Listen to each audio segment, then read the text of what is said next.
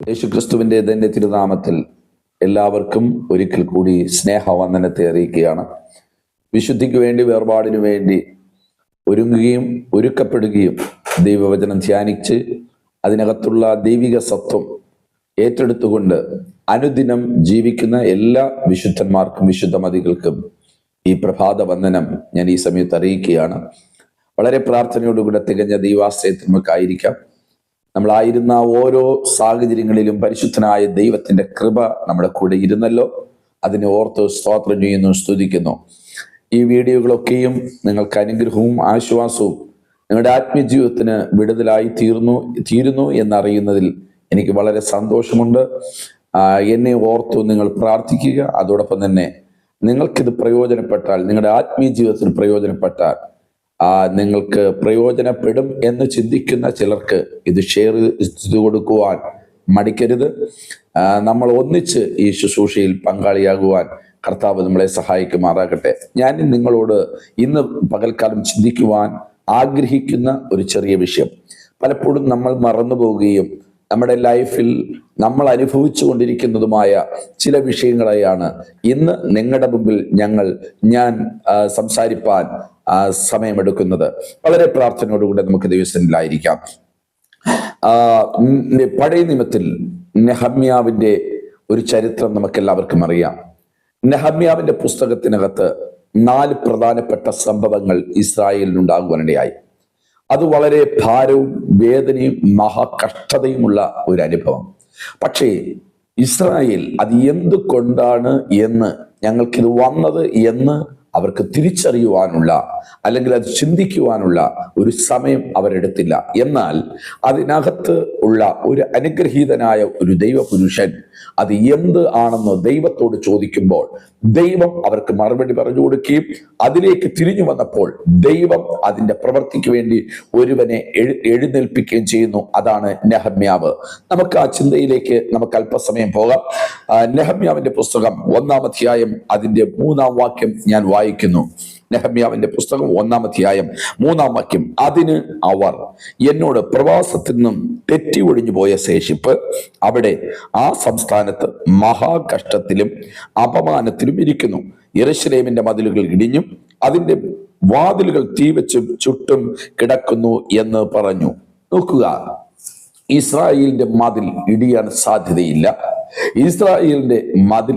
ഇസ്രായേലിന്റെ വാതിൽ കത്തിക്കാൻ ആർക്കും കഴിയുകയില്ല. ഇസ്രായേൽ ഇന്ന് മഹാദുഃഖത്തിലും മഹാ കഷ്ടത്തിലും ആയിരിക്കുന്ന ഒരവസ്ഥ. ഹല്ലേലൂയ. ഇസ്രായേൽ എന്ന് പറയുന്നത് ആരാണ്? ദൈവത്തിന്റെ സ്വന്തം ജനമാണ്. സ്വന്തം ജനമായിരിക്കുന്ന ദൈവത്തിന്റെ ഓമനപുത്രന്മാർ, ദൈവത്തിന്റെ സ്നേഹിതരായിരിക്കുന്നവർ, ദൈവത്തിന്റെ കൂട്ടവകാശികളായിരിക്കുന്ന ഇസ്രായേൽ ഇപ്പോൾ നെഹമ്യാവിന്റെ പുസ്തകത്തിൽ വന്നപ്പോൾ പരാജയപ്പെടാൻ തുടങ്ങി. ഓരോ ദിനങ്ങളിലും പരാജയത്തിന്റെ മേൽ പരാജയം ഏറ്റുവാങ്ങാൻ തുടങ്ങി. നിങ്ങൾ ശ്രദ്ധിക്കണമേ, അവിടെ പറഞ്ഞ 4 പോയിന്റുകൾ. 1, മഹാകഷ്ടത്തിൽ ജനമായി. 2, അവർ അപമാനത്തിൽ അകപ്പെട്ടു. 3, യെരൂശലേമിന്റെ മതിൽ ഇടിഞ്ഞു. 4, വാതിൽ തീവച്ച് ചുട്ടുമിരിക്കുന്നു. നോക്കുക, 4 പ്രധാനപ്പെട്ട വിഷയമാണ് ഇന്ന് ഇസ്രായേൽ അനുഭവിക്കുന്നത്. പക്ഷേ എന്തുകൊണ്ടാണ് ഞങ്ങൾക്ക് ഈ 4 ദുരന്തങ്ങൾ വന്നത് എന്ന് ആരും ശ്രദ്ധിക്കുന്നില്ല, ആരും ഗവനിക്കുന്നില്ല. അവിടുത്തെ പുരോഹിതന്മാർ അടിമയായിപ്പോയി, അവിടുത്തെ പ്രമാണിമാർ അടിമകളായിപ്പോയി. അവരുടെ അനുഗ്രഹിക്കപ്പെട്ട യൗവന തലമുറകൾ ശത്രുവിന് വേല ചെയ്യുവാൻ അടിമത്വത്തിന് പോയി. പക്ഷേ ശേഷിക്കുന്നവർ ഇതിനകത്ത് മഹാദുഃഖത്തിലും കഷ്ടതയിലും ആയി കിടക്കുകയാണ്. പ്രിയമുള്ളവരെ, പഴയ നിയമത്തിലെ ഇസ്രായേൽ എന്ന് പറയുന്നത് പുതിയ നിയമത്തിലെ ആത്മീയ ഇസ്രായേലായിരിക്കുന്ന ഞാനും നിങ്ങളുമാണ്. ദൈവത്തിന്റെ യേശുക്രിസ്തുവിന്റെ പൊന്നോമന പുത്രന്മാരാണ് ഞാനും നിങ്ങളും. നമുക്ക് ഒരു മതിൽ ദൈവം ഒരുക്കിയിട്ടുണ്ട്. അത് മാത്രമല്ല, ഒരു വാതിൽ നമുക്കുണ്ട്. തീർന്നില്ല. നമ്മുടെ ലൈഫ് മഹാകഷ്ടത്തിലല്ല, കൃപയാൽ ദൈവം നമ്മെ നടത്തുന്നത് കൊണ്ട് സന്തോഷത്തോട് കടന്നു പോകുന്നു. അത് മാത്രമല്ല, ഇന്ന് ഈ 4 കാര്യങ്ങളിലും ഇസ്രായേൽ കടന്നു പോയിക്കൊണ്ടിരിക്കുകയാണ്. ഇതിനൊരു കാരണമുണ്ട്. നോക്കുക, നിങ്ങളുടെ വീട്ടിന്റെ മുറ്റത്ത് ഒരു മനോഹരമായ മാവ് കായ്ച്ചു പൂത്ത് മനോഹരമായി നിൽക്കുകയാണ്. പെട്ടെന്ന് അതിന്റെ ഇലകൾ കൊഴിയുന്നു, കായ്ഫലങ്ങൾ താഴെ പോകുന്നു. ആ ചില്ലകൾ ഉണങ്ങുന്നു, ആ മരം വേരോടുകൂടെ കടപുഴുകുന്നു. നിങ്ങൾ ചോദിക്കും, ഇത് എന്തോ ഒരു കാരണമുണ്ട് അല്ലെ? നോക്കുക, രാവിലെ ഇറങ്ങിപ്പോയ ആ ചെറുപ്പക്കാരൻ വൈകിട്ട് നിങ്ങൾ അറിയുന്നു മരിച്ചുപോയെന്ന്. ഞാനും നിങ്ങളും പറയും, എന്തോ കാര്യമുണ്ട് അവൻ മരിക്കാൻ. നിങ്ങൾ എപ്പോഴും മനസ്സിലാക്കണം, നമ്മുടെ ജീവിതത്തിൽ ഒരു കഷ്ടതയുടെ പിന്നിൽ ഒരു കാരണമുണ്ട്, ഒരു തകർച്ചയുടെ പിന്നിൽ ഒരു കാരണമുണ്ട്, നമ്മുടെ കുഞ്ഞുങ്ങളുടെ ജീവിതത്തിലെ തകർച്ചയുടെ ഒരു കാരണമുണ്ട്.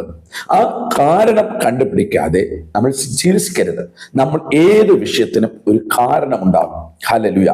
എനിക്ക് ശരീരത്തിന് വല്ലാത്തൊരു ക്ഷീണം അല്ലെങ്കിൽ വല്ലാത്തൊരു തളർച്ച, വളരെ ആരോഗ്യവാനായി ഞാൻ ജീവിച്ചവൻ പെട്ടെന്നൊരു ക്ഷീണം വരുന്നു. എന്തോ ഒരു കാര്യമുണ്ട് ശരീരത്തിൽ, എവിടെയോ ഏതിൻ്റെ ഒരു കുറവ് സംഭവിച്ചു, അല്ല എന്തോ ഒന്ന് കൂടി. ഇത് മനസ്സിലാക്കുന്നത് വിദഗ്ധനായ ഒരു ഡോക്ടറുടെ അടുക്കൽ ചെല്ലുമ്പോൾ, എൻ്റെ ശരീരം പരിശോധിക്കുമ്പോൾ അത് മനസ്സിലാക്കാൻ കഴിയും. ഇതുപോലെയാണ് ക്രിസ്തീയ ജീവിതത്തിൽ വിശുദ്ധിക്കും വേർപാടിനും വേണ്ടി ഇറങ്ങി വന്ന ഒരു വിശുദ്ധന്റെ ജീവിതത്തിൽ അല്ലെങ്കിൽ ആ കുടുംബത്തിൽ അല്ലെങ്കിൽ ആ സഭയിൽ ഒരു പരാജയം സംഭവിച്ചുകൊണ്ടിരിക്കുന്നു. ഇല്ലെങ്കിൽ ഒരു മഹാകഷ്ടതകൾ ജീവിതത്തിൽ ഒന്നിനു പുറകെ ഒന്നായി കടന്നു വന്നുകൊണ്ടിരിക്കുന്നു. ഒരു നിമിഷം നമ്മൾ ആത്മപരിശോധന ചെയ്യണം, ആത്മതപനം ചെയ്യണം. ഹല്ലേലൂയ. ആത്മതപനം ചെയ്താൽ കാര്യമായി മനസ്സിലാക്കാൻ കഴിയും. ഇവിടെ 4 കാര്യം. ഒന്ന്, മതിലിടിഞ്ഞു. യെരൂശലേമിന്റെ മതിൽ ഒരു കാരണവശാലും ഇടിക്കാൻ ദൈവം അനുവദിക്കില്ല. ഒരിക്കൽ സെഖര്യാവിന്റെ പുസ്തകത്തിൽ നമ്മൾ വായിക്കുന്നല്ലോ, മതിലുകൾ ഇടിഞ്ഞു കിടക്കുന്നത് കൊണ്ട് ശത്രുക്കൾ വ്യാമോഹിച്ച് ഇതിനകത്തുള്ള നന്മകൾ പെറുക്കിയെടുക്കുവാൻ ഓടി വന്നപ്പോൾ അവിടെ പറയുന്നു, ദൈവം യെരൂശലേമിന് ചുറ്റും ദൈവം ഒരു തീമതിലായിരുന്നു.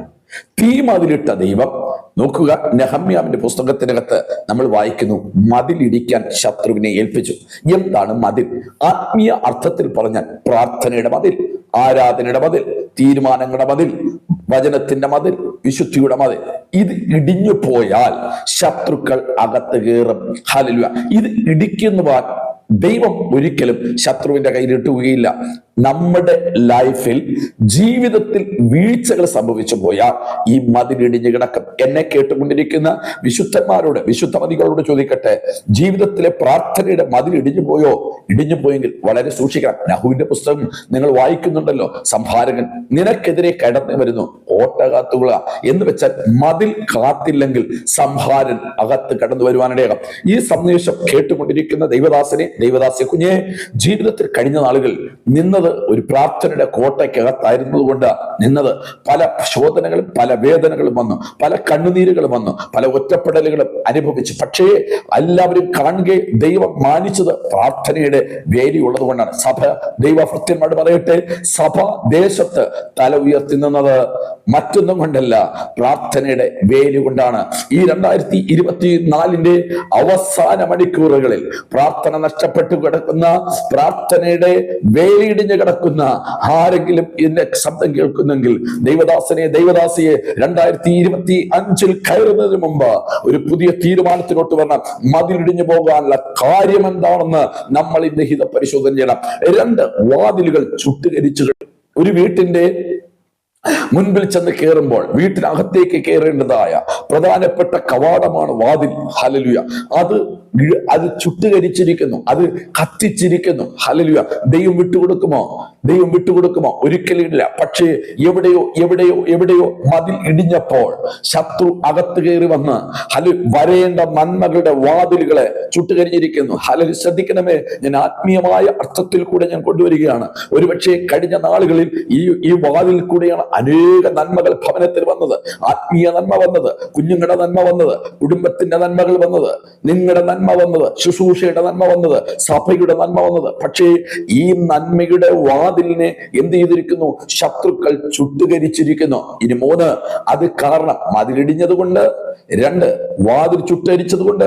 ഇപ്പോൾ ജനം മഹാകഷ്ടത്തിലായി. സ്തോത്രം. കഷ്ടതയില്ലാത്ത ഇസ്രായേൽ, ദൈവ സാന്നിധ്യം അനുഭവിക്കുന്ന ഇസ്രായേൽ, ദൈവ രാജാവായവരുടെ നടുവിൽ നിൽക്കുന്ന ഇസ്രായേൽ, ഒന്നിനും കുറവില്ലാത്ത ഇസ്രായേൽ ഇന്ന് മഹാകഷ്ടത്തിലായി. ഇനി മഹാകഷ്ടം, അപമാനം അവർ അനുഭവിക്കുന്നു. അപമാനത്തിൽ പോയി. മഹാകഷ്ടം, അപമാനം. എന്തുകൊണ്ട് ദൈവസഭകൾ അപമാനത്തിൽ പോകുന്നുണ്ട്? ദേശത്ത് ദൈവനാമം അപമാനിക്കപ്പെടാനുള്ള കാര്യം എന്താണ്? കുടുംബങ്ങൾ അപമാനിക്കപ്പെടാനുള്ള കാര്യം എന്താണ്? ദൈവദാസന്മാർ അപമാനിക്കപ്പെടാനുള്ള കാര്യം എന്താണ്? നമ്മൾ എപ്പോഴെങ്കിലും ചിന്തിച്ചിട്ടുണ്ടോ?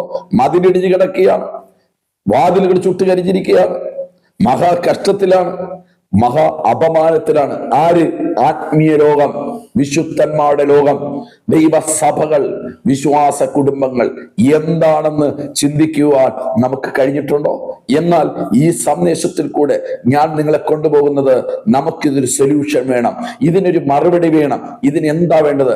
ഒരു ആത്മതപനത്തിലേക്ക് ഈ അവസാന മണിക്കൂറിൽ, 2024 അവസാന മണിക്കൂറുകളിലേക്ക് ദൈവസഭ കടന്നു പോകണം, ദൈവദാസന്മാർ കടന്നു പോകണം, വിശുദ്ധ ജനം കടന്നു പോകണം. ഇല്ല എങ്കിൽ 2005 നമ്മൾ മഹാ അപമാനത്തിൽ പോകാൻ പോവുകയാണ്, മഹാ കഷ്ടതയിലേക്ക് പോകാൻ പോവുകയാണ്. മതിലുകൾ ഇടിഞ്ഞതല്ല, പൂർണ്ണമായി അവൻ ഇടിച്ചു കളയും. വാതിലുകൾ കരിച്ചതല്ല, ഇനി പൂർണ്ണമായി തകർക്കാൻ പോവുകയാണ്. അതുകൊണ്ട് നമുക്കൊരു ആത്മപരിശോധന നടത്തുന്ന മണിക്കൂറുകളും ദിവസങ്ങളുമായി തീരട്ടെ എന്ന് പ്രാർത്ഥിക്കുകയാണ്. അപ്പോൾ ഈ 4 കാര്യം മഹാകഷ്ടമാണ്. 2 അപമാനത്ത് വരാനുള്ള കാര്യം. 3 യെരൂശലേമിന്റെ മതിലിടിയാനുള്ള കാര്യം. 4 വാതിലുകൾ ചുട്ടുകരിക്കാനുള്ള കാര്യം. ഈ 4 കാരണമുണ്ട്. വെറുതെ ഒരാൾ വരികയില്ല. ഒരു കാരണം, ഞാൻ നേരത്തെ പറഞ്ഞതുപോലെ വീട്ടിന്റെ മുറ്റത്ത് നിൽക്കുന്ന മാവ് പെട്ടെന്ന് ഉണങ്ങിപ്പോ, അതിനൊരു കാരണമുണ്ടെന്നേ. ഒരു മനുഷ്യൻ ഓടി നടന്ന മനുഷ്യൻ പെട്ടെന്ന് മരിക്കുന്നു, അതിനൊരു കാരണമുണ്ട്. നല്ല ആരോഗ്യവാനായിരിക്കുന്ന ഒരു സഹോദരി അല്ലെങ്കിൽ സഹോദരൻ പെട്ടെന്ന് ഒരു ക്ഷീണം, അതിനെന്തോ ഒരു കാരണമുണ്ട്. ആ കാരണം കണ്ടുപിടിക്കാനാണ് പരിശോധനകൾ നടത്തുന്നത്. Price the Lord. അങ്ങനെയാണെങ്കിൽ ഇന്ന് നമ്മുടെ ജീവിതത്തിലെ മഹാകഷ്ടതയ്ക്ക് കാരണം എന്താണ്? കുഞ്ഞുങ്ങൾ അനുഭവിക്കുന്ന മഹാകഷ്ടതയ്ക്ക് കാരണം എന്താണ്? സഭ അനുഭവിക്കുന്ന അപമാനത്തിന് കാരണം എന്താണ്? ദൈവദാസന്മാർ അനുഭവിക്കുന്ന മഹാകഷ്ടത്തിന് കാരണം എന്താണ്? ഹല്ലേലൂയ. എന്തുകൊണ്ട് നമ്മുടെ പ്രാർത്ഥനയുടെ മതിൽ ഇടിഞ്ഞു കിടക്കുന്നു, വിശുദ്ധിയുടെ മതിൽ ഇടിഞ്ഞു കിടക്കുന്നു, വേർപാടിന്റെ മതിൽ ഇടിഞ്ഞു കിടക്കുന്നു? എന്നാൽ ഇവിടെ നിന്നാൽ, നെഹമ്യാ പ്രവാചകന്റെ പുസ്തകത്തിൽ നിന്നാൽ അത് മനസ്സിലാക്കാൻ പറ്റില്ല. അതിനുവേണ്ടി എസ്രാ പുരോഹിതന്റെ പുസ്തകത്തിലേക്ക് തന്നെ പോകണം. 9-ാം അധ്യായം അതിന്റെ 1-ാം വാക്യം. നെഹമ്യാവിനെ ഞാൻ ഇവിടെ നിർത്തുകയാണ്. എന്നാൽ എസ്രാ പുരോഹിതന്റെ അടുക്കലേക്ക് നാം ചെല്ലുമ്പോൾ, എസ്രാ പുരോഹിതൻ വീട്ടിന്റെ മുറ്റത്ത്, എന്റെ ഭാവനെ പറയാം, വീട്ടിന്റെ മുറ്റത്ത് അവൻ ഇരിക്കുകയാണ്. ആ സമയത്ത് 9-ാം വാക്യം, എസ്രായുടെ പുസ്തകം 9-ാം അധ്യായം 1-ാം വാക്യം. അതിനുശേഷം പ്രഭുക്കന്മാർ എന്റെ അടുക്കൽ വന്നു. ആരുടെ അടുക്കൽ വന്നു? എസ്രാ പുരോഹിതന്റെ അടുക്കൽ വന്നു. ഇസ്രായേൽ ജനവും മഹാപുരോഹിതന്മാരും ലേവ്യരും ദേശനിവാസികളോട് വേർപെടാതെ കനാന്യർ, ഹിവ്യർ, പെരിസ്യർ, യെബൂസ്യർ, അമോര്യർ, മോബാബ്യർ, മിസ്രൈമ്യർ, അമോര്യർ എന്നിവരുടെ മ്ലേച്ഛതകളെ ചെയ്തു വരുന്നു. Price the Lord. എന്തുകൊണ്ടാണ് മതിലിടിഞ്ഞത്? എന്തുകൊണ്ടാണ് വാതിൽ ചുട്ടുകരിച്ചത്? എന്തുകൊണ്ടാണ് ഈ മഹാകഷ്ടം മാറാതിരിക്കുന്നത്? എന്തുകൊണ്ടാണ് ഈ അപമാനം വന്നിരിക്കുന്നത്? ഒന്നാമത്, വേർപാട് നഷ്ടപ്പെട്ടു പോയി. സ്തോത്രം. നിങ്ങളിവിടെ വായിക്കണം. ദൈവം പറഞ്ഞു, നിന്നെ ഞാൻ കനാൻ ദേശത്തേക്ക് കൊണ്ടുപോകുമ്പോൾ ഇവരുമായി നിങ്ങൾ എന്ത് ചെയ്യരുത്? ഇടകലരാൻ പാടില്ല. ഇടകലർന്ന് പോയാൽ ഞാൻ നിങ്ങളുടെ നടുവിൽ നിൽക്കയില്ല. Price the Lord. ഒരിക്കൽ ബിലെയാം പ്രവചിക്കാൻ തുടങ്ങി. അവർ തനിച്ചു പാർക്കുന്ന ജനം, ജാതികളുമായി എണ്ണപ്പെടാത്തവർ. അവരുടെ നടുവിൽ ദൈവമുണ്ട്, രാജാവുണ്ട്, അല്ലെങ്കിൽ ദൈവമുണ്ട്. അതുകൊണ്ട് അവരുടെ ഇടയിൽ രാജകോലാഹലമുണ്ട്. Praise the lord. ഹല്ലേലൂയ. ഞാൻ ചോദിക്കട്ടെ, നമ്മുടെ വീട്ടിലെ ഈ അപമാനത്തിന് കാരണമെന്ന്? ഒരു കഷ്ടത കഴിയുന്നു, അടുത്ത കഷ്ടതയിലേക്ക് വരുന്നു. ഒരു വേദന വരുന്നു, അടുത്ത വേദനയിലേക്ക് വരുന്നു. വിശുദ്ധന്മാരെ, വേർപാട് നഷ്ടപ്പെട്ടിട്ടുണ്ടോ? നമ്മൾ കടന്നു വരണം. ആത്മതപനം ചെയ്ത് ദൈവസന്നിധിയിൽ എസ്രാ പുരോഹിതൻ നിലവിളിച്ചതുപോലെ നിലവിളിച്ചു വന്നാൽ നമ്മുടെ ജീവിതത്തിന് ദൈവം മാറ്റം വരുത്താൻ പോവുകയാണ്.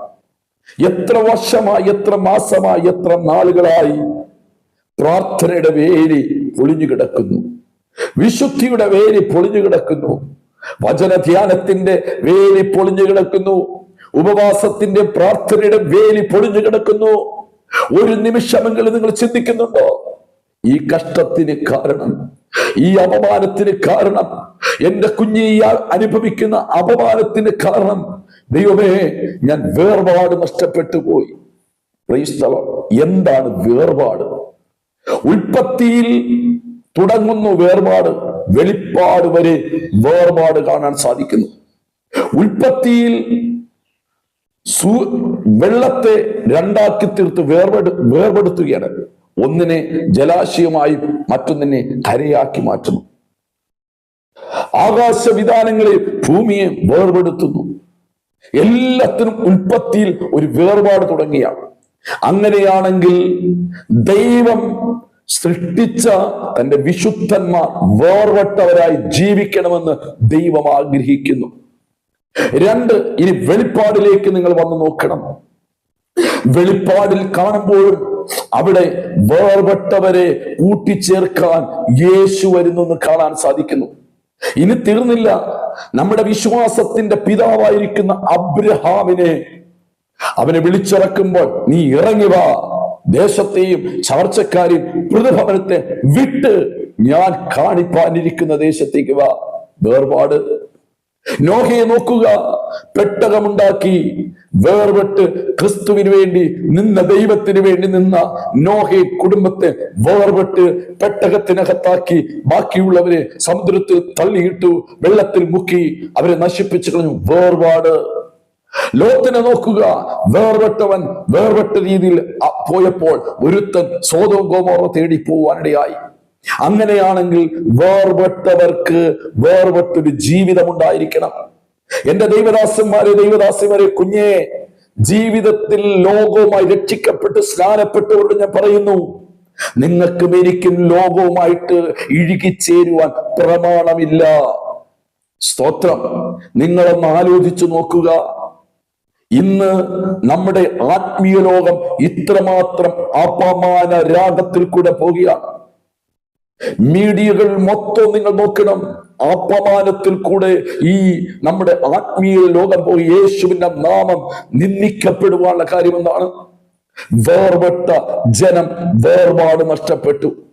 നിങ്ങൾക്കറിയണമോ, രാഷ്ട്രീയക്കാരെ നമ്മുടെ വിശുദ്ധന്മാരുടെ കൂട്ടായ്മയ്ക്കകത്ത് എന്ന് വെച്ചാൽ യാഗപീഠത്തിന്റെ അകത്ത് കയറ്റിയൊരു ചരിത്രം വേദപുസ്തകത്തിനകത്തില്ല എന്ന് നോക്കുക. ഇന്ന് രാഷ്ട്രീയക്കാർ വന്ന് തിരുവചനം പ്രസംഗിക്കുമ്പോൾ ഫ്രണ്ടിലിരിക്കുന്ന വേർപെട്ട വിശുദ്ധന്മാരുടെ കയ്യടിയും സ്വത്വവും നിങ്ങൾ കാണണം. നാണമില്ലേ? നമ്മുടെ ആത്മീയ ലോകം എവിടെ പോയി? നമ്മുടെ ആത്മീയ പിതാക്കന്മാരുടെ പകർന്നു തന്ന ആത്മീയമായ വചനത്തിന്റെ വെളിപ്പാട് എവിടെ പോയി? മതിലിടിഞ്ഞത് കൊണ്ടാണ്, വാതിൽ ചുട്ടത് കൊണ്ടാണ് ഈ കഷ്ടതയും മഹാ അപമാനത്തിൽ കൂടെ ദൈവസഭകളും ദൈവ കുടുംബങ്ങളും കടന്നുപോയിക്കൊണ്ടിരിക്കുന്ന. നിങ്ങൾ ഈ പുസ്തകം, എസ്രാ പുരോഹിതന്റെ പുസ്തകം വായിക്കണം. ആരൊക്കെയാണ് ഇതിന് കാരണക്കാർ? ഇസ്രായേൽ ജനവും വിശ്വാസികളും, രണ്ട് പുരോഹിതന്മാർ, നമ്മുടെ പാസ്റ്റർമാര്, ലേവ്യന്മാരും ദേശനിവാസികളോട് വേർപെടാതെ കനാനിയരുടെയും ഹിവ്യരുടെയും പെരിസ്യരുടെയും യെബൂസിയരുടെയും അല്ലെങ്കിൽ അമോര്യരുടെയും മോവാബിയരുടെയും മിസ്രയീമ്യരുടെയും സകലരുടെയും മ്ലേച്ഛതകളിലേക്ക് നമ്മൾ പോയി. നമ്മുടെ സുവിശേഷ യോഗങ്ങളിൽ, നമ്മുടെ ആത്മീയ കൂട്ടായ്മകളിൽ ഇവർക്ക് എന്ത് കാര്യം? രാഷ്ട്രീയക്കാരന്മാർക്ക് എന്ത് കാര്യം? സ്തോത്രം. തന്റെ ഇടമുള്ള ദൈവദാസന്മാർ, തന്റെ ഇടമുള്ള ആത്മീയ സംഘടന നിൽക്കുന്നവർ ഇതിനെതിരെ ആത്മീയമായി വചനപ്രകാരം നിൽക്കാൻ ജനത്തെ ഉപദേശിക്കട്ടെ. സ്തോത്രം. ഇപ്പോൾ ഞാനൊരു ദൈവദാസനോട് പറഞ്ഞു, നിങ്ങൾ നമ്മുടെ ആത്മീയ കൂട്ടായ്മയിൽ രാഷ്ട്രീയക്കാരന്മാരെ, MLA-മാരെയും അല്ലെങ്കിൽ അവിടുത്തെ പ്രമുഖരായിരിക്കുന്നവരെ വിളിക്കാൻ പാടില്ല. കാരണം ഇത് വിശുദ്ധന്മാരുടെ കൂട്ടായ്മയാണ്. ഈ വിശുദ്ധന്മാരുടെ കൂട്ടായ്മയിൽ ജനം വന്നിരിക്കുന്നിടത്ത് ചെന്നിരിക്കാം, വചനം കേൾക്കാം, ടാറ്റ പറഞ്ഞു പോകാം. ഇഷ്ടപ്പെട്ടാൽ ഇരിക്കാം, ഇഷ്ടപ്പെട്ടാൽ മാനസാന്തരപ്പെടാം, ഇഷ്ടപ്പെട്ട കൃപയിൽ വരാം, ഇല്ലെങ്കിൽ തിരിച്ചു പോകാം. പക്ഷേ ഈ വിശുദ്ധന്മാർ ഇരിക്കുന്ന യാഗപീഠത്തിൽ ഇവരെ കൊണ്ട് ഇരുത്തി സ്വീകരണം കൊടുത്ത് അവരെ കൊണ്ട് മയക്ക് കുടിപ്പിച്ചു പ്രസംഗിപ്പിക്കുന്നത് തെറ്റെന്ന് പറഞ്ഞപ്പോൾ ഒരു ദൈവദാസൻ എന്നോട് പറഞ്ഞൊരു വാക്കിങ്ങനെയാണ്. ആ ദൈവദാസൻ പറഞ്ഞ വാക്കിങ്ങനെയാണ്, പാസ്റ്ററേ, നമുക്ക് ഇവരെല്ലാവരും ഒരുമിച്ച് കൊണ്ടുവരണം. 2, ദേശത്തൊരു പ്രശ്നം വന്നു കഴിഞ്ഞാൽ ഇവർ വന്നെന്നറിഞ്ഞാൽ ദേശത്തുള്ള ബാക്കിയുള്ളവർ തലപൊക്കില്ല. അതിന്റെ അർത്ഥം ഈ സുവിശേഷ യോഗം പേടിച്ച് നടത്തുന്നത്. ആരെ പേടിച്ചു? ശത്രുക്കളെ പേടിച്ചു. 2, ഇവർക്ക് വിശ്വാസമില്ല ഇവിടെ ദൈവമാണ് വരുന്നെന്നും ദൈവത്തിന്റെ ദൂതന്മാർ നിൽക്കുന്നത് കൊണ്ട് ഞങ്ങൾക്ക് വിഷയം ഇല്ല എന്നവർ വിശ്വസിക്കുന്നില്ല. ഇവർക്ക് ഇന്നത്തെ പ്രൊട്ടക്ഷൻ ഇവിടത്തെ രാഷ്ട്രീയ നേതാക്കന്മാരാണ്. സ്തോത്രം. ഇടകലർന്ന് പോയ ഒരു ആത്മീയ ലോകം, വേർപെടാത്ത ഒരു ആത്മീയ ലോകം, വെള്ളയും വിട്ട് ക്ലീൻ ഷേവ് ചെയ്ത് ബൈബിളും എടുത്ത് തെരുവിൽ സെക്രട്ടേറിയറ്റിന്റെ മുമ്പിലൊക്കെ പഠിക്കലിരുന്ന് സമരം ചെയ്യുന്ന ദൈവദാസന്മാരോട് ഞാൻ പറയുന്നു, നിങ്ങൾ വേർപെടാതെ തിരുവചനം എടുക്കരുത്. നിങ്ങൾ എത്ര വലിയ ഉപദേശിയായിരുന്നാലും എത്ര വലിയ പ്രവാചകരായിരുന്നാലും അത് ആർക്ക് വേണ്ടിയാണ് ഈ പടവെട്ടുന്നത്? ദൈവത്തിന് വേണ്ടിയാണോ അതോ മനുഷ്യന് വേണ്ടിയാണോ? വേർപെട്ടവൻ വേർപെട്ട രീതിയിൽ ജീവിക്കണം. ഞാൻ ചില 1-2 വർഷങ്ങൾക്ക് മുമ്പ് സെക്രട്ടേറിയറ്റിന്റെ ഫ്രണ്ടിൽ നമ്മുടെ മുന്തിയ ദൈവദാസന്മാർ, ആ വാക്ക് ഞാൻ പറഞ്ഞതിന്റെ കാരണം അറിയപ്പെടുന്ന സുവിശേഷ പ്രഭാഷകന്മാർ സെക്രട്ടേറിയറ്റിന്റെ മുമ്പിൽ നിന്നുകൊണ്ട് ഹോരം സംസാരിക്കുന്നു. എന്തിനു വേണ്ടി? സുവിശേഷത്തിന് വേണ്ടിയല്ല, മറിച്ച് എന്തെന്ന് പറയണ്ടേ, അവരുടെ ആത്മീയ സംഘടനകളുണ്ടല്ലോ. ഓരോ ജാതിക്കും നമ്മുടെ നാട്ടിൽ ഓരോ ജാതിക്കും, ഞാനിപ്പോഴും KPMS, KDP എങ്ങനെയുള്ള പല സംഘടനകളുണ്ട് അല്ലെ, അത് NSS, അത് SNDP, ഇങ്ങനെയുള്ള പല സംഘടനകളുണ്ട്. ഇതുപോലെ നമ്മുടെ ആത്മീയ ലോകത്തിനകത്തും ഇപ്പോൾ സംഘടനയുണ്ട്. താഴ്ന്ന ജാതിക്ക് അവരുടെ ഒരു സംഘടനയുണ്ട്, മറ്റൊരു ജാതിക്ക് അതിനൊരു സംഘടനയുണ്ട്, അതിന്റെ മുകളിലുള്ള ജാതിക്ക് അതിന് ഇതെല്ലാം വിശുദ്ധന്മാരാ. എന്തിനാ സംഘടന ഉണ്ടാക്കിയത്? ഇത് ആരാ പറഞ്ഞിട്ട്? എവിടത്തെ വചനത്തിൽ? നമുക്ക് പോരാട്ടങ്ങളും ജഡരക്തങ്ങളോടല്ലെന്നല്ലേ വചനം പറയുന്നത്? അപ്പോൾ മനസ്സിലാക്കി, വേർപെട്ടവർ വേർപെട്ട രീതിയിൽ ആരാധിക്കണം. സ്തോത്രം. നിങ്ങൾ എപ്പോഴും മനസ്സിലാക്കേണ്ട ഏറ്റവും വലിയ കാര്യം നിങ്ങൾ മനസ്സിലാക്കുക, വേർപെടാതെ നമ്മുടെ അപമാനം മാറത്തില്ല. വേർപാടില്ലാതെ നമ്മുടെ ആത്മീയ ജീവിതം രക്ഷപ്പെടില്ല. മതിൽ പണിയാൻ പറ്റത്തില്ല. പക്ഷേ ഇവിടെ എസ്രാ പുരോഹിതന്റെ അടുക്കൽ ചിലർ വന്നിട്ട് പറയുകയാണ്, നമ്മുടെ പുരോഹിതന്മാരും നമ്മുടെ ജനവും ലേവ്യന്മാരും കനാന്യരും ഹിബ്യരും യെബൂസ്യരും ഒന്ന് തുടങ്ങിയ ജാതികളുമായി വേർപാടില്ലാതെ അവർ ഒരുമിക്കപ്പെടാൻ തുടങ്ങി. എന്ന് വെച്ചാൽ ഞാൻ ഇത്രയും പറഞ്ഞതിന്റെ സാരം, അവർ കൺവെൻഷന് വരണം, അവർ 2 വാക്ക് പ്രസംഗിക്കണമെങ്കിലേ ജനം കടന്നു വരികയുള്ളൂ, ജനം അംഗീകരിക്കുകയുള്ളൂ, മീഡിയകൾ നമ്മുടെയൊക്കെ മീറ്റിങ്ങിനെ കുറിച്ച് അറിയുള്ളൂ. തെറ്റാണ് ദൈവദാസന്മാരെ ചെയ്യരുത്. ദൈവവചന പ്രകാരം പറഞ്ഞു, നിങ്ങൾ മതിൽ ഇടിച്ചവരാണ്, നിങ്ങൾ മതിൽ ഇടിക്കുന്നവരാണ്. ഇത് കാരണം നിങ്ങൾക്കറിയണമോ?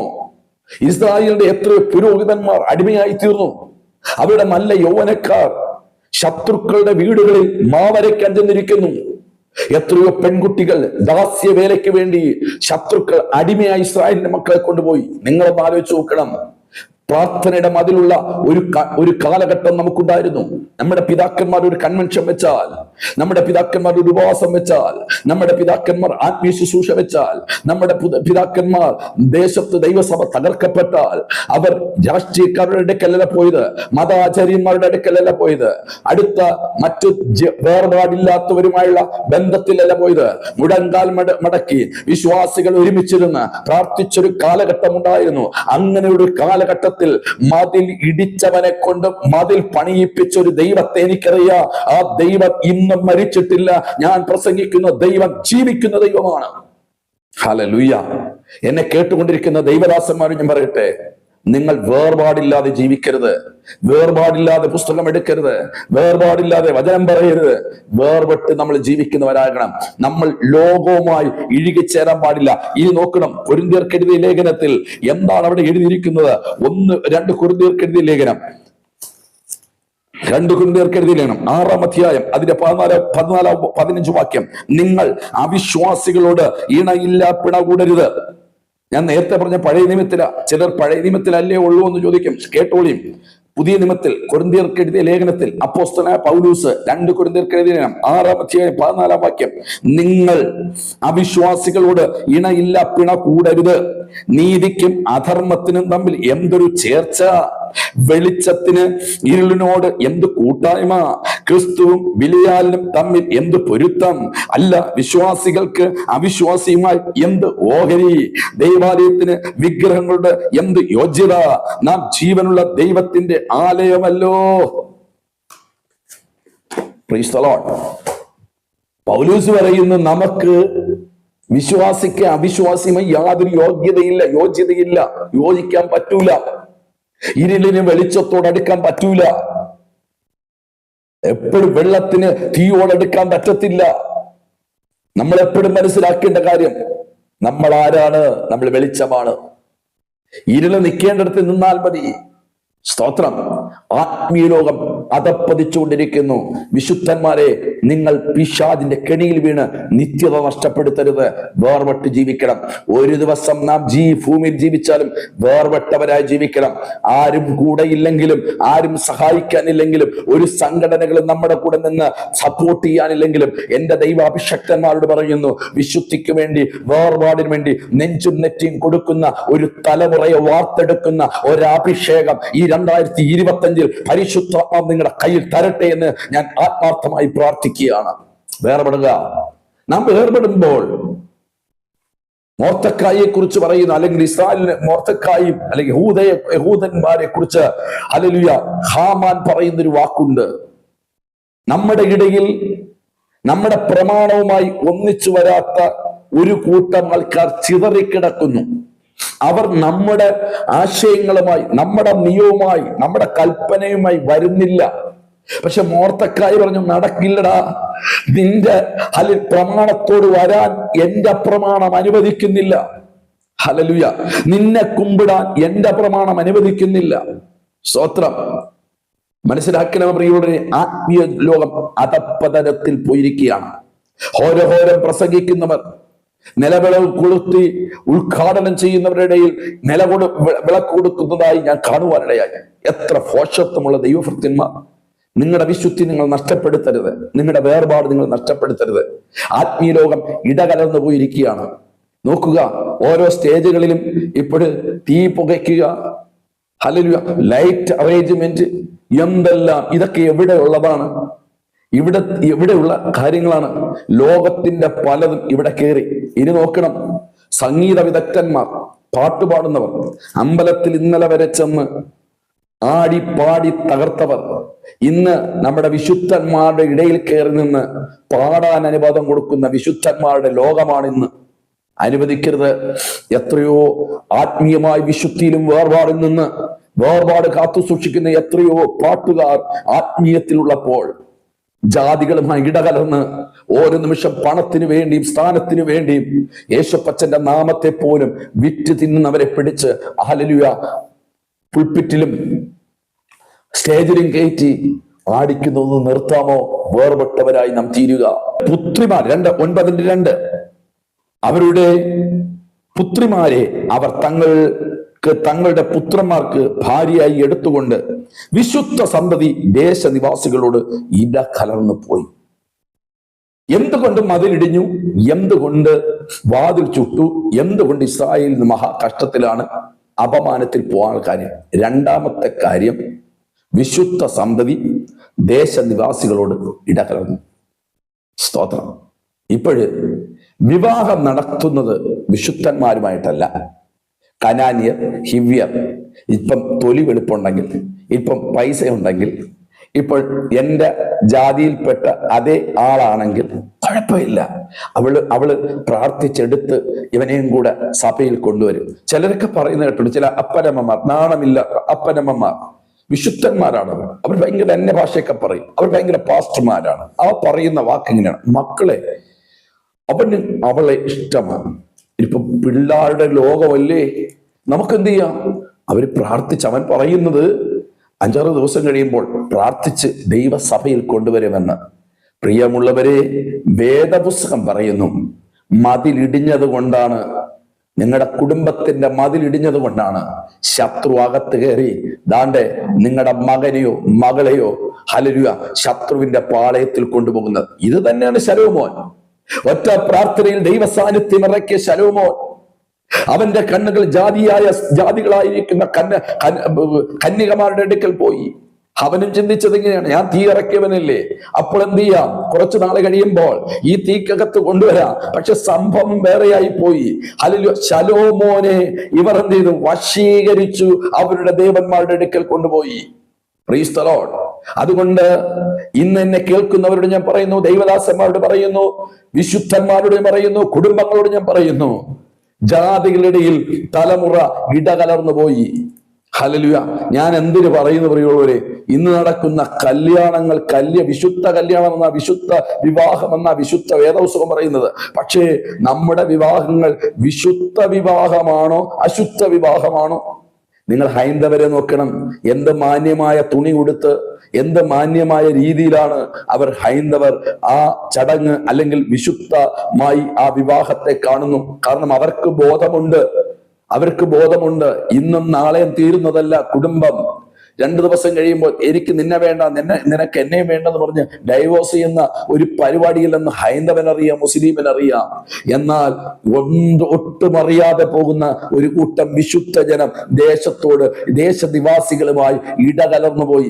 അവരുടെ സംസ്കാരം എങ്ങനെയാണോ ഇവിടെ. എന്നോട് പിണങ്ങരാരും എങ്കിലും ഞാൻ പറയട്ടെ, ചിലർ ആഭരണം ധരിക്കാത്തവരാണ്. എന്നെ കേൾക്കുന്ന ചിലരൊന്നും ആഭരണം ധരിക്കത്തില്ല.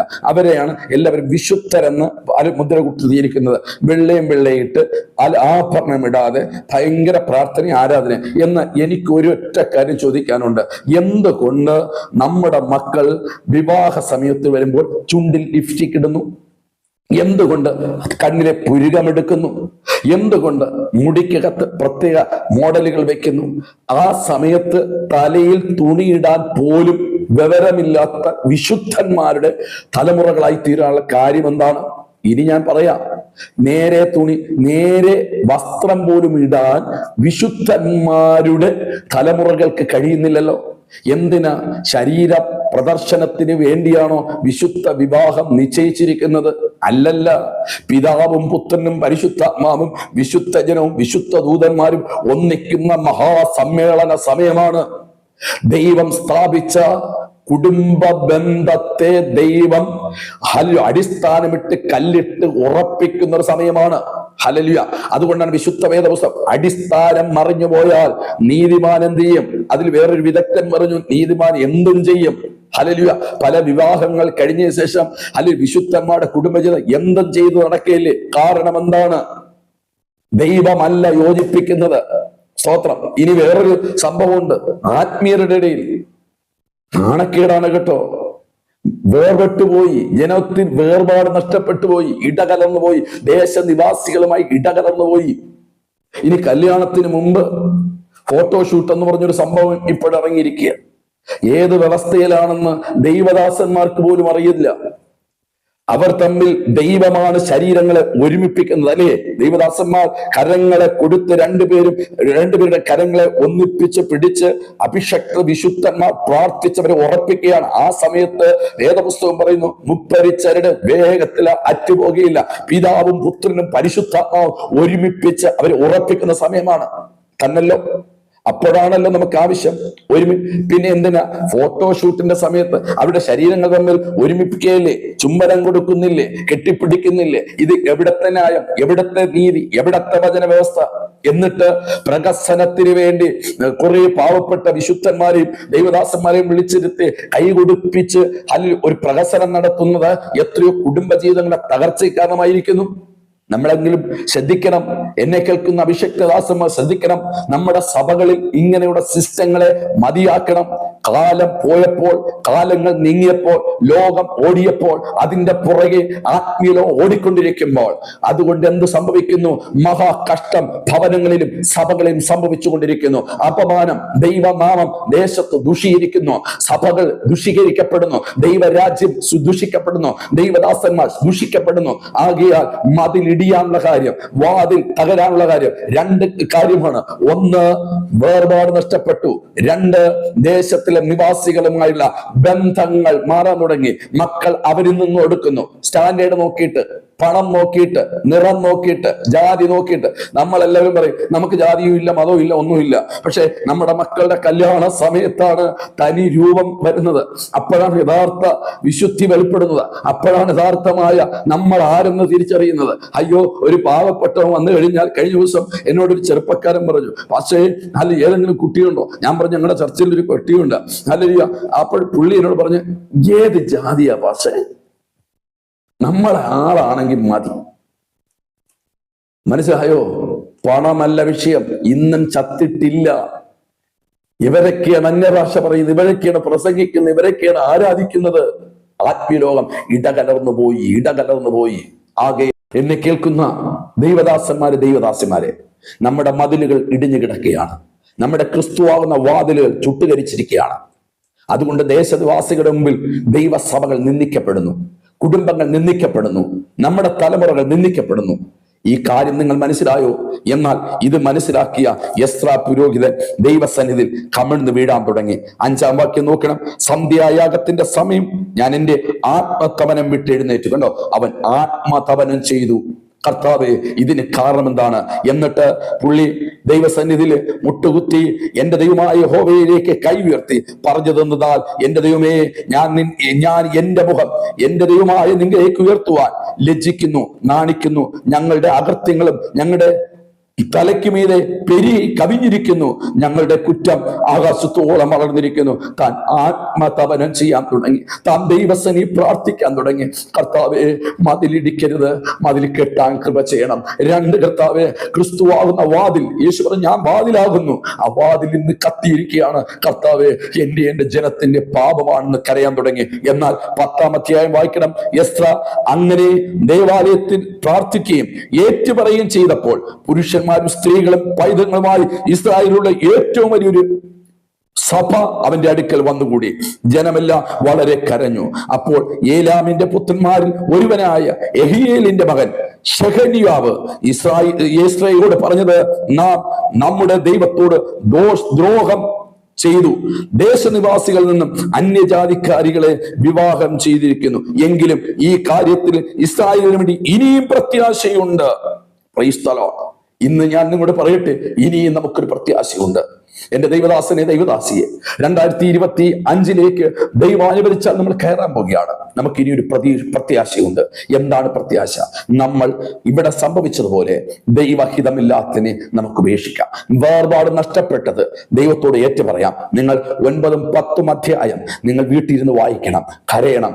എസ്രാ കരഞ്ഞതുപോലെ, ആത്മതപനം ചെയ്തതുപോലെ, കർത്താവേ, ഞാൻ വേർപാട് നഷ്ടപ്പെട്ടു പോയി, എന്റെ കുടുംബം വേർപാട് നഷ്ടപ്പെട്ടു പോയി, എന്റെ സഭ വേർപാടിൽ നിന്ന് അകന്നുപോയി, എന്റെ ശുശ്രൂഷകൾ വേർപാടിൽ നിന്ന് അകന്നുപോയി. ലോകത്തിന്റെ പലതും കണ്ട് ഞാനും എന്റെ സഭയ്ക്കകത്ത് കൊണ്ടുവന്നു, ഞാനും എന്റെ കുഞ്ഞുങ്ങളിൽ കൊണ്ടുവന്നു, എന്റെ കുടുംബത്തിൽ കൊണ്ടുവന്നു. കർത്താവേ, എന്നോട് ക്ഷമിക്കണമേ എന്ന് പറഞ്ഞ് ദൈവത്തോട് കരയാൻ കഴിയുമെങ്കിൽ ഇനിയും ഒരു പ്രത്യാശയുണ്ട്. ആ പ്രത്യാശ എന്തെന്ന് ചോദിച്ചാൽ, നമ്മൾ നെഹമ്യാവിന്റെ പുസ്തകത്തിൽ വായിക്കുമ്പോൾ നെഹമ്യാവിന് വേണ്ടി ദൈവസന്നിധിയിൽ ദൈവം എഴുന്നേൽക്കുകയാണ്. നെഹമ്യാവിനെ കൊണ്ട് മതിൽ പണിയാൻ ദൈവം ഇടവരുത്തി, വാതിലുകൾ വെക്കാൻ ഇടവരുത്തി. അതിനുവേണ്ടി അർത്തശ്രേഷ്ഠ രാജാവിന്റെ ഹൃദയത്തെ ദൈവം ഉണർത്തിക്കൊടുത്തു, ആവശ്യമുള്ളതെല്ലാം കൊടുത്തു. എന്നെ കേൾക്കുന്ന ദൈവമക്കളെ, ഇന്ന് പകൽക്കാലം ഒരു മടങ്ങി വരവുണ്ടെങ്കിൽ, ദൈവദാസനെ ഒരു മടങ്ങി വരവുണ്ടെങ്കിൽ, വേർപാടിലേക്ക് മടങ്ങി വരാൻ കഴിയുമെങ്കിൽ, വേർപെട്ട നിങ്ങളുടെ കൂടെ ആരുമില്ലെങ്കിലും വേറൊരാളിന് വേണ്ടി വിളിക്കപ്പെട്ട യേശു നിങ്ങളുടെ കൂടെയുണ്ട്. പരിശുദ്ധാത്മാവ് നിങ്ങളുടെ കൂടെ ഇരുന്ന് ഓരോ നിമിഷവും വഴി നടത്തുവാനിടയാകും. നമ്മുടെ തലമുറകൾ ലോകവുമായി ഇഴുകിച്ചേരാൻ വിട്ടുകൊടുക്കരുത്. വിവാഹ ബന്ധങ്ങളെ സൂക്ഷിച്ചായിരിക്കരുത്. എല്ലാ കാര്യങ്ങളും ലോകവുമായിട്ടുള്ള ബന്ധത്തിൽ നിന്ന് ഒരു വിശുദ്ധൻ അകന്നു നിൽക്കുവാൻ പരിശുദ്ധാത്മാവിൽ ഞാൻ നിങ്ങളുടെ ആഹ്വാനം ചെയ്തുകൊണ്ട് ഞാൻ നിങ്ങൾക്ക് വേണ്ടി ഒരു നിമിഷം പ്രാർത്ഥിക്കുന്നു. ആർക്കെങ്കിലും എസ്രാ പുരോഹിതനെ പോലെ ഏറ്റുപറഞ്ഞു ഉപേക്ഷിച്ചുകൊണ്ട് ദൈവസന്നിധിയിലേക്ക് 2025 കയറി വരുവാൻ ആരെങ്കിലും ആഗ്രഹിക്കുന്നവർ കണ്ണുകളെ മൂടാൻ ഒരു നിമിഷം പ്രാർത്ഥിക്കാം. പ്രിയനായ ദൈവമേ, സ്വർഗ്ഗീയ നല്ല പിതാവേ, ഈ സന്ദേശത്തിനായി സ്തോത്രം ചെയ്തു. ഞങ്ങൾ മഹാകഷ്ടത്തിലാണ് കർത്താവേ, ഞങ്ങൾ വളരെ അപമാനത്തിലാണ് കർത്താവേ. കാരണം ഞങ്ങളുടെ മതിലുകൾ ഇടിഞ്ഞു.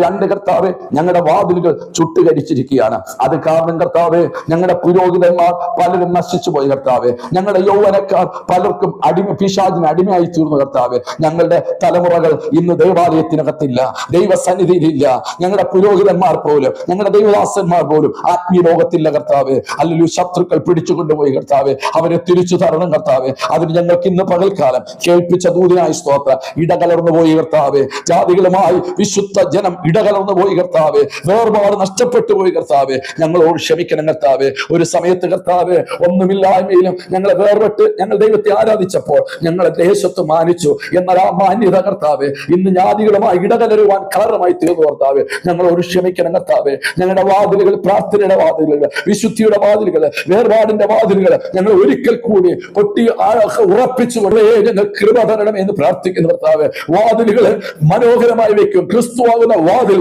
നന്നായി ഉറപ്പിച്ചു നിർത്തുവാൻ ദൈവം ഞങ്ങളെ സഹായിക്കണമേ. ചിതറിപ്പോയ സകലരെയും ഞങ്ങളുടെ പട്ടണത്തിൽ കൊണ്ടുവരുക, ഞങ്ങളുടെ വീട്ടിലേക്ക് കൊണ്ടുവരുക, ഞങ്ങളുടെ സഭയിലേക്ക് കൊണ്ടുവരുക കർത്താവെ. ഇന്ന് പകൽക്കാലം ഈ ശുശ്രൂഷയിൽ കൂടെ അനേകരെ ഉറപ്പിക്കണമെന്ന് പ്രാർത്ഥിക്കുന്നു. ക്രിസ്തുവിൽ ഞങ്ങളെ ഉറപ്പിക്കുന്നതിനായി സ്തോത്രം. സർവ്വമാനവും മഹത്വം എല്ലാം അങ്ങേക്ക് യേശു ക്രിസ്തുവിൻ നാമത്തിൽ തന്നെ. ആമേൻ, ആമേൻ, ആമേൻ. എന്റെ പ്രിയമുള്ളവരെ, എവിടെയാണ് മതിലിടിഞ്ഞ് കിടക്കുന്നത്? എവിടെയാണ് വാതിലിടിഞ്ഞ് കിടക്കുന്നത്? നമുക്ക് ഹിതപരിശോധന ചെയ്യാം. ദൈവം നിങ്ങളെ സമൃദ്ധിയായി അനുഗ്രഹിക്കുമാറാകട്ടെ.